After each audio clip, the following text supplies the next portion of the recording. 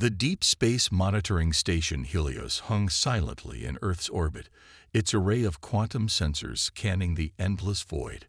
Dr. Sarah Chen stared at her holographic display, suppressing a yawn as another shift of endless scanning drew to a close. 15 years of searching for extraterrestrial intelligence had yielded nothing but cosmic background noise and false hopes. Until now. The quantum array erupted with activity, measurements spiking across all frequencies. Sarah's hands flew across the haptic interface, her heart pounding. This was no natural phenomenon. The signal carried clear patterns, repeating sequences that could only be artificial. Director Matthews, she called over the comm, her voice steady despite her racing pulse. You need to see this. Within minutes, the station's command center filled with senior staff. Director Matthews, a tall woman with steel-gray hair and sharp eyes, studied the signal analysis with growing concern. The message was being broadcast on frequencies humanity hadn't even known existed, using principles of quantum mechanics they barely understood. Can we decode it? Matthews asked, her voice tight with tension. Sarah nodded, already running it through their most advanced AI systems. The quantum patterns suggest it's meant to be universal, designed to be understood by any civilization advanced enough to detect it. The AI's translation appeared on the main screen, and the room fell silent. To all who can hear, the crystalline confluence approaches. They consume worlds, transform all life into crystalline matrices for their collective. We are the Federation of Free Stars, and we are falling. Our technology cannot stop them. If any warrior species exist in this galaxy, we beg for your aid. We have 3 months before they reach the core worlds. Matthew's expression hardened. Send word to Earth Defense Command. Protocol Omega is now active. Sarah's eyes widened. In all her years working at the station, she'd never heard of Protocol Omega. Director, humanity has been preparing for this moment for decades. Dr. Chen. Matthews touched a control panel, and the station's viewports polarized. Through the darkened windows, Sarah watched in astonishment as massive shapes emerged from Earth's shadow. Warships, dozens of them, their hulls bearing the insignia of Earth Defense Force. But how? When? Sarah stammered. After the climate wars, the world's nations realized we needed to be united and prepared. We knew we weren't alone in the universe, and we knew that when first contact came, it might not be peaceful. Matthews smiled grimly. Welcome to the Earth Defense Force, Dr. Chen. Your expertise in quantum communications just became vital to humanity's first interstellar war. The next 48 hours transformed human civilization. As the existence of the Earth Defense Force was revealed to the public, humanity learned that their governments had been secretly preparing for decades. Hidden shipyards beneath the oceans, weapons development facilities inside mountains, and training centers deep underground had produced a fighting force unlike anything Earth had seen before. Commander Elena Santos stood on the bridge of the EDF Hyperion, Earth's most advanced warship, watching as her crew prepared for humanity's first faster-than-light jump. The quantum drive hummed with power, incorporating principles learned from the alien distress signal. All ships report ready, Commander. Her XO, David Park, reported. The fleet is in formation. Elena surveyed her bridge crew. The best Earth had to offer, chosen from every nation, every background, united in purpose. Send our response to the Federation's signal. Tell them humanity answers their call.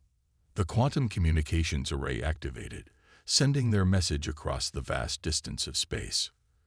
Earth was about to reveal itself to the galaxy not as explorers or diplomats, but as warriors answering a cry for help. Quantum drive engaged, the helm officer announced. Jump coordinates locked on Federation signal source. Elena took a deep breath, watching as the stars began to distort around them. Let's show the galaxy what humanity can do. Jump. In a flash of quantum energy, the Earth Defense Fleet vanished from the solar system, racing to meet their destiny among the stars. They carried with them humanity's greatest strengths, Not just their weapons and technology, but their indomitable spirit, their ability to face impossible odds, and their unwavering determination to protect those who could not protect themselves. The age of human isolation was over. The galaxy had called for warriors, and the children of Earth would answer. The Earth Defense Fleet emerged from quantum space into a scene of breathtaking beauty and terrible destruction. The Federation's core systems spread before them, a network of ancient stars connected by shimmering quantum pathways. But among the stellar beauty, signs of war scoured space itself. Crystalline fragments drifted among debris fields that had once been thriving worlds. Commander Elena Santos stood transfixed by the tactical display showing their arrival point, a massive space station constructed from what appeared to be living metal and pure energy. The station's organic curves and flowing architecture were unlike anything humanity had built. Multiple contacts approaching. XO Park reported, his hands flying over the tactical controls. Federation signatures, but their energy readings are strange. They're almost pure energy themselves. The main view screen activated, revealing a being of shifting light and flowing patterns. Its form suggested a humanoid shape, but it seemed to exist in more dimensions than human eyes could fully comprehend. "I am first speaker Luminara of the Federation," the being announced, its words translated by the quantum communicators. We did not expect a response so quickly, or with such force." Elena stepped forward. "Commander Elena Santos of the Earth Defense Fleet, we received your distress call and came to help." The energy being's form flickered with what might have been surprise. "Your vessels, they are built for war. We detected weapons signatures unlike anything in our database. Earth has had a complex history," Elena explained diplomatically. "We've learned to be prepared for anything. Our fleet stands ready to assist in defending Federation space." "Then you have arrived just in time." Luminara's form dimmed slightly. "Our long-range sensors detect crystalline forces approaching the Centauri nexus. They will arrive in less than 12 hours. We have never faced them in direct combat. Our civilization rejected warfare eons ago." Elena studied the tactical data streaming in. The crystalline forces were massive, geometric shapes of living crystal that consumed everything in their path, transforming organic matter into more of themselves. But their movements were predictable, almost mechanical. "Tell me everything you know about their tactics," Elena requested. "We'll need to coordinate our forces." As Luminara shared the Federation's intelligence, Elena began to see both the challenge and the opportunity before them. The Federation's technology was centuries ahead of Earth's in many ways. Their energy manipulation, quantum engineering, and faster-than-light travel were far superior. But they had no concept of military strategy, no understanding of combat tactics. "XO Park, signal the fleet," Elena ordered. "Begin integration protocols with Federation systems. I want our targeting computers linked to their sensor networks within 6 hours." The next few hours transformed the space around the Federation station into a hive of activity. Human engineers worked alongside energy beings, integrating Earth's weapon systems with Federation quantum technology. Federation ships, elegant and advanced but defenseless, were quickly retrofitted with shield generators and point defense systems. "Commander," Dr. Chen's voice came over the comm. She had been working with Federation scientists to enhance their communications. "You need to see this. We've decoded more of their quantum database." The tactical display shifted, showing the true scope of the crystalline threat. They weren't just consuming worlds, they were transforming the very fabric of space-time, converting organic reality into crystalline perfection. Every world they took made them stronger, more absolute in their geometric certainty. "They're bringing order to chaos," Dr. Chen explained.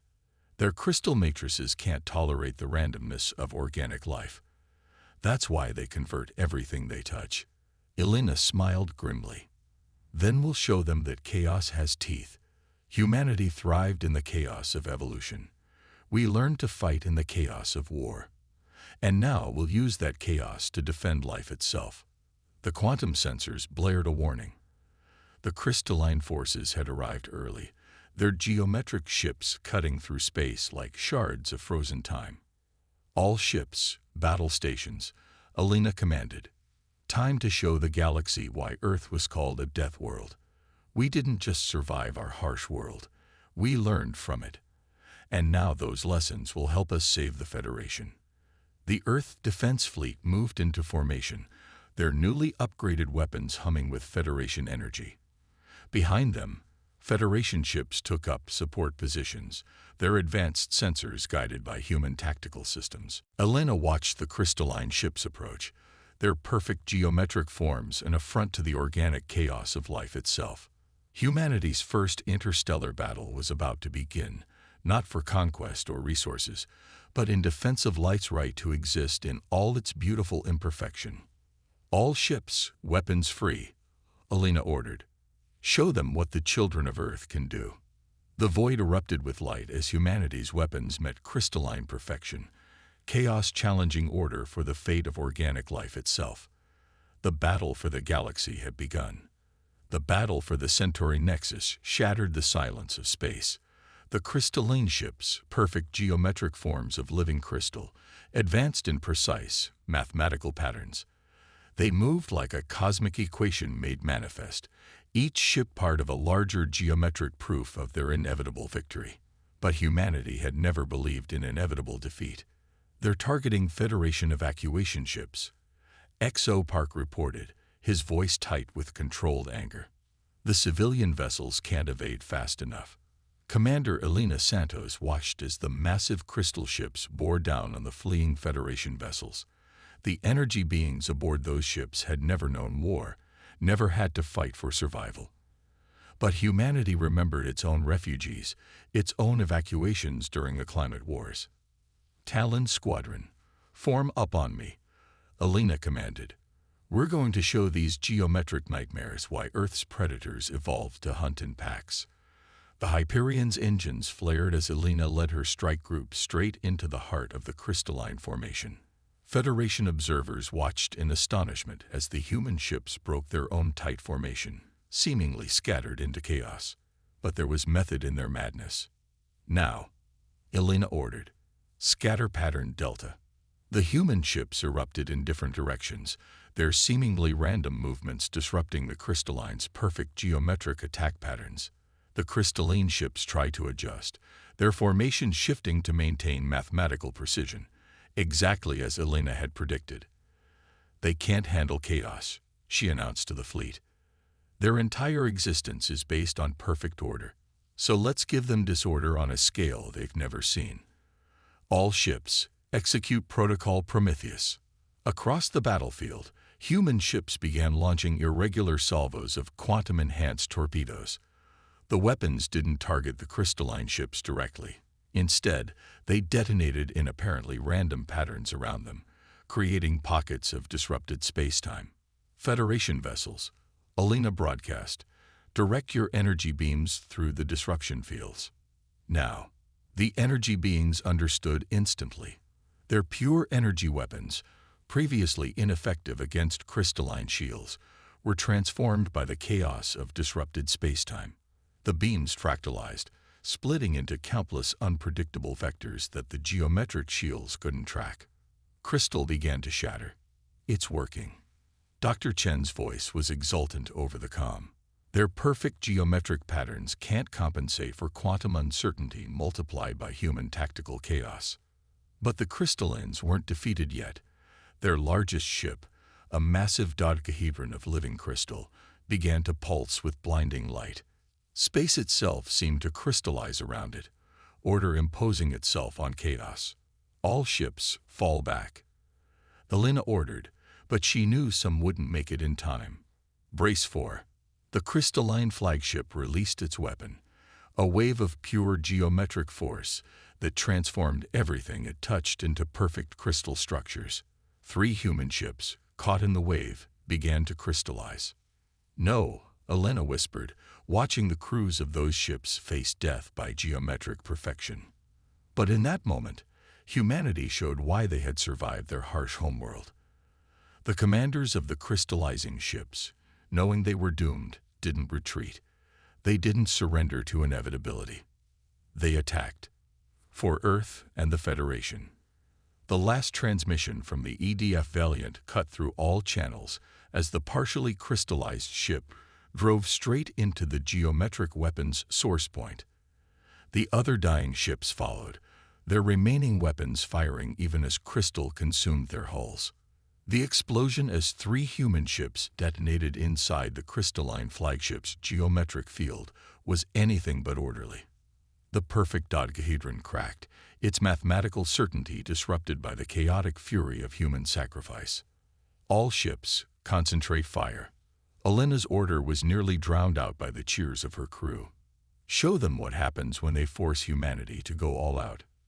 The combined fleet struck the crystalline forces while they were destabilized, human weapons and Federation energy tearing through their disrupted geometric shields.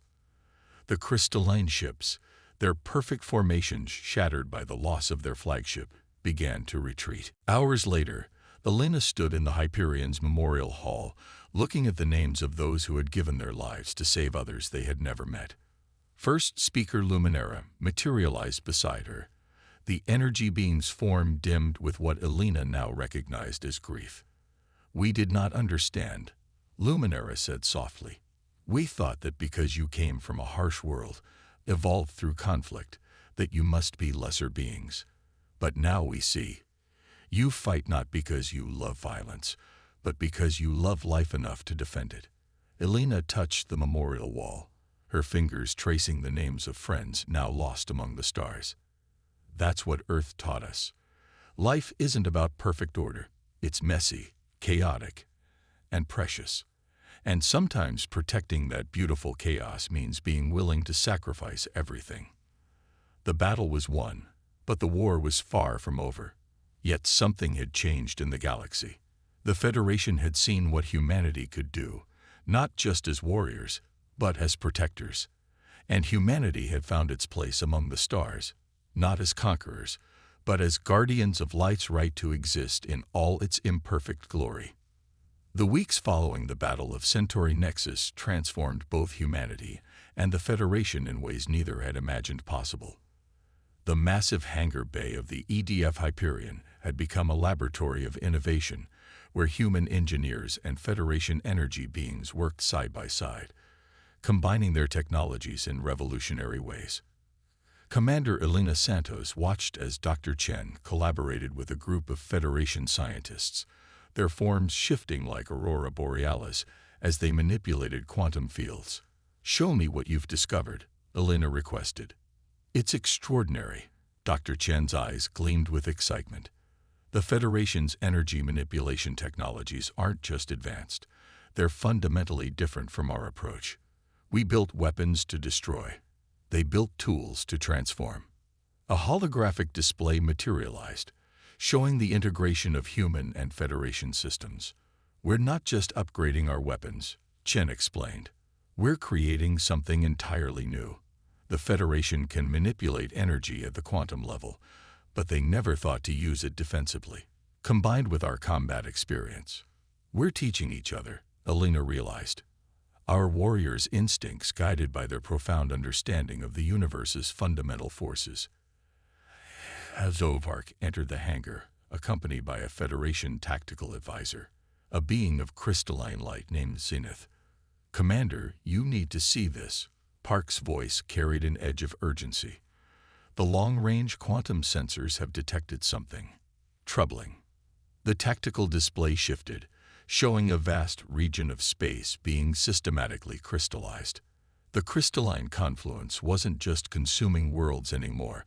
They were transforming entire sectors of space into geometric perfection. "They're learning from their defeats." Zenith's harmonic voice resonated with concern. "Adapting their strategies. Before encountering humanity, they never needed to change their patterns." Elena studied the display grimly. "Then we'll need to adapt faster. How are the new hybrid ships coming along?" The answer came in the form of a demonstration. A sleek vessel, smaller than the Hyperion but radiating power, rose from the Federation construction docks. Its hull seemed to flow like liquid metal, incorporating both human defensive systems and Federation energy matrices. The Starcaller class, Park announced with pride. Human tactical systems powered by Federation quantum cores. Fast, agile, and capable of disrupting crystalline formations at the subatomic level. And more importantly, Zenith added, they can be piloted by joint human Federation crews. Our energy forms can interface directly with the quantum systems, while human pilots provide tactical guidance.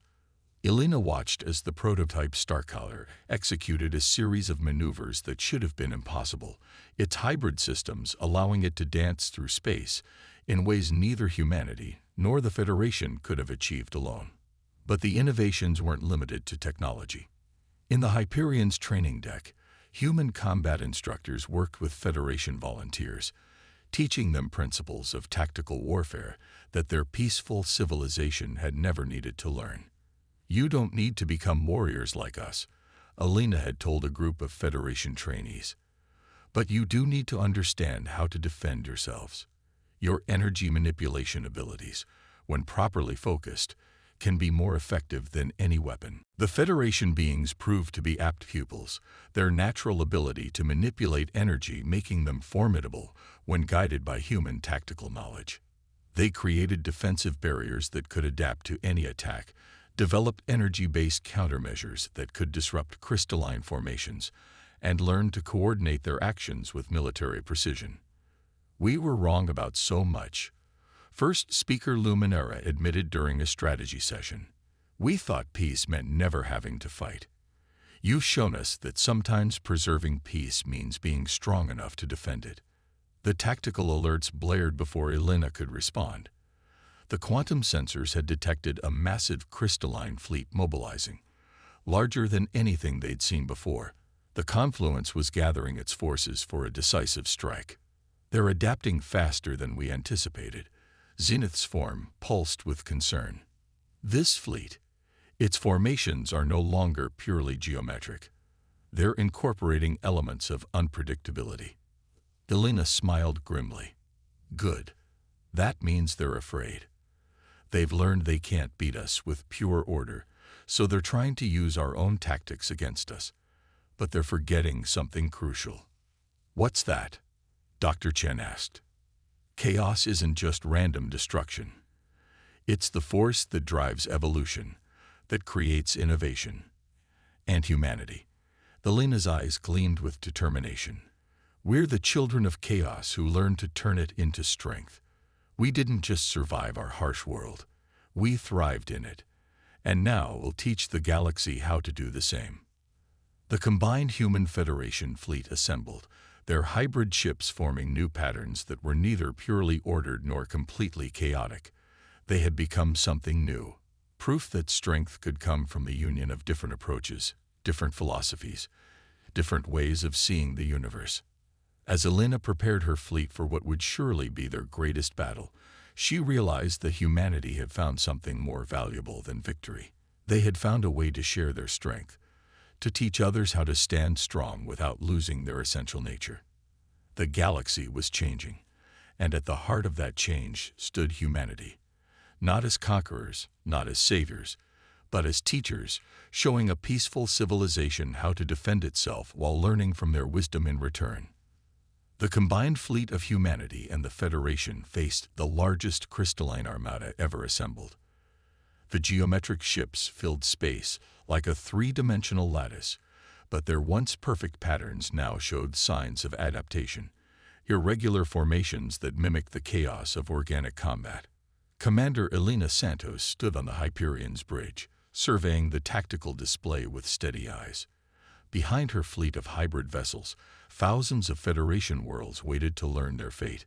The next few hours would determine whether life in the galaxy would remain free to evolve and grow, or be transformed into crystalline perfection. All ships report ready, Park announced. Federation quantum cores at maximum power. Human tactical systems online. Dr. Chen's voice came through the comm from her position in the fleet's central quantum lab. Commander, we've detected something strange in the crystalline formations. They're evolving. Their geometric patterns are incorporating organic elements. They're trying to use our own nature against us, Alina realized. But they don't understand what that really means. She opened a channel to the entire fleet. All ships, execute Operation Phoenix. The Human Federation fleet split into smaller task forces, each led by a Starcaller-class vessel.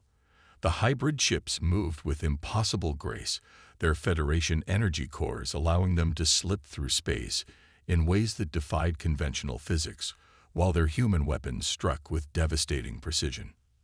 The crystalline forces responded by fragmenting their own formations, attempting to match the organic chaos of the Allied fleet. But in doing so, they'd made their crucial mistake. They think chaos is just the absence of order. Alina broadcast to her forces. Show them what chaos really means when it's guided by intelligence and purpose. The Allied fleet's seemingly random movements suddenly coalesced into complex patterns that the crystalline ships couldn't predict. Federation energy beings channeled pure quantum force through human-designed weapon systems, creating distortions that shattered crystal matrices. Human tactical officers guided Federation power cores to create defensive screens that adapted faster than the geometric minds could compute. But the crystalline flagship, a massive structure that pulsed with geometric power, began to emit a strange resonance. "They're trying something new," Zenith warned, his energy form fluctuating with concern. "The flagship is generating a field that could crystallize space-time itself." Alina watched as reality began to crystallize around the massive ship, perfect geometric patterns spreading like frost across the void. If that field reached its full power, it would transform everything it touched into unchanging crystal, freezing the natural evolution of space-time itself. "Federation ships, fall back to safe distance," Alina ordered. Then she smiled grimly. "All human crews, remember Earth. Remember how our world taught us that destruction can lead to renewal." The Hyperion charged forward, leading a wedge of Earth's finest ships directly toward the crystallizing zone. Federation observers watched in awe as the human vessels willingly flew into what looked like certain death. "You want to impose perfect order?"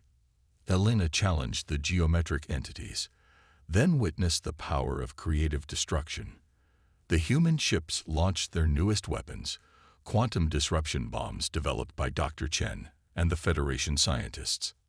As the bombs detonated, they didn't just damage the crystalline ships. They created zones of accelerated entropy, where the very concept of unchanging order became impossible. The geometric patterns of the crystalline flagship began to crack, its perfect symmetry disrupted by zones of pure chaos. But instead of shattering into destruction, something unprecedented happened. Where order and chaos met, new patterns emerged, patterns that were neither purely geometric nor completely random. The crystalline structures began to transform, incorporating elements of organic complexity while retaining their fundamental nature. "They're adapting," Dr. Chen breathed in wonder. "Not just mimicking adaptation, but actually evolving." The crystalline forces stopped their attack, their ships hovering in space as new forms of consciousness awakened within their geometric minds. First Speaker Luminara's voice rang across all channels. "They're communicating." Through the quantum communications array, a new voice spoke, one that resonated with both crystalline harmony and organic complexity. "We understand now. Perfect order is stagnation. Evolution requires both pattern and possibility." The battle ended not with the destruction of either side, but with a transformation. The crystalline confluence, exposed to the true nature of chaos as a creative force, began to change. Their rigid geometric forms softened, incorporating organic elements while maintaining their crystalline beauty. Hours later, Alina stood in the Hyperion's observation deck with Luminara and a representative of the transformed crystalline consciousness. The view before them showed ships of all three civilizations working together to heal the damage done to spacetime. "You've changed us all," Luminara said softly. "Humanity didn't just teach us to defend ourselves. You showed us that strength comes in many forms." And you showed us that intelligence can evolve beyond the need for conflict, Elena replied. We all learned from each other. The crystalline representative, now a being of geometric patterns that flowed like liquid light, spoke with newfound wisdom. Our pursuit of perfect order nearly destroyed the very thing that makes the universe beautiful, its ability to grow, to change, to become more than it was. Elena watched as human ships flew in formation with Federation energy vessels and transformed crystalline crafts. 3 different approaches to existence, now working together to protect and nurture the diversity of life. That's humanity's gift to the galaxy, she said. Not our strength in battle, but our understanding that true power comes from embracing both chaos and order, both change and stability. She smiled. After all, that's how we survived our death world, by learning to dance between the extremes. The stars seemed to shine brighter as the combined fleet set course for home, their light reflecting off crystal facets and through energy forms and across human hulls. The galaxy had faced its greatest crisis and emerged not just survived, but transformed. Humanity had answered the call for warriors and delivered something greater. Teachers who showed the galaxy that strength comes in many forms, that change brings growth, and that the most powerful force in the universe is the ability to adapt while staying true to one's essential nature.